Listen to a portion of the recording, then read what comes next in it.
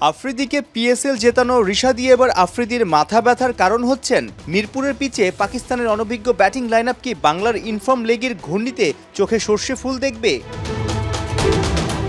2025-এর জানুয়ারিতে বরিশালের হয়ে বিপিএল খেলেছেন রিশাদ ও আফ্রিদি। এরপর এপ্রিল মেতে পিএসএলে লাহোর কাপ্তান আফ্রিদির বাজির ঘোড়া ছিলেন বাংলার লেগ স্পিনার।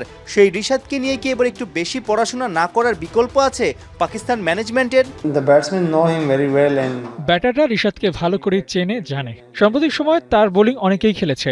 আমার মনে হয় না ব্যাটারদের অনেক কঠিন হবে। আশা করি সবাই রিশাদকে ভালোভাবে সামলাবে।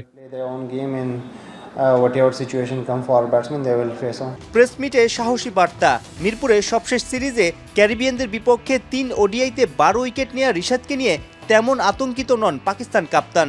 এর কারণ কি শেরেবাংলার 22 গজের পরিবর্তন? ওয়েস্ট ইন্ডিজের বিপক্ষে কালো পিচে বল ঘুরেছে এদিক ওদিক, রিশাদ ছিলেন আনপ্লেয়েবল। এই ওয়ানডে সিরিজে উইকেট বেশ ভিন্ন, স্পিন নয়, হয়তো পেসেই মিলবে বেশি সাফল্য।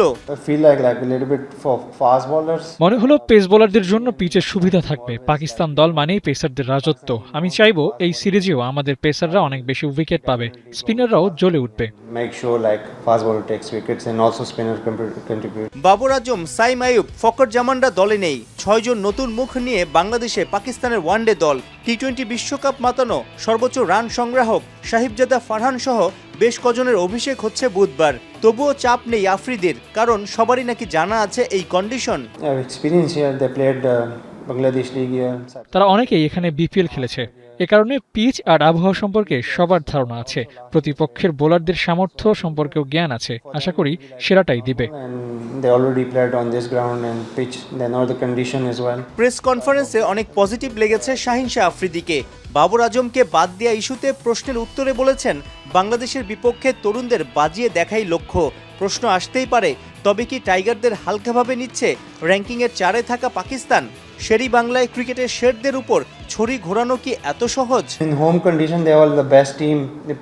ঘরের মাঠে তারা ভালো দল। মিরপুরে তারা অনেককেই হারিয়েছে। এই পিচে তারা ভালো ক্রিকেটও খেলছে। তবে আমাদের ওয়ানডে দলটাও ফর্মে। সবশেষ 2 সিরিজে সাউথ আফ্রিকা ও শ্রীলঙ্কাকে হারিয়েছি। মিরপুরেও ওই ধারাই খেলতে চাই। একদিকে আফ্রিদি, হারিস রোপ, মোহাম্মদ ওয়াসিম, অন্যদিকে তাসকিন, মোস্তাফিজ, শরীফুল। মিরপুরের 22 গজে পেসারদের মাঝে দারুণ এক লড়াই দেখার অপেক্ষা।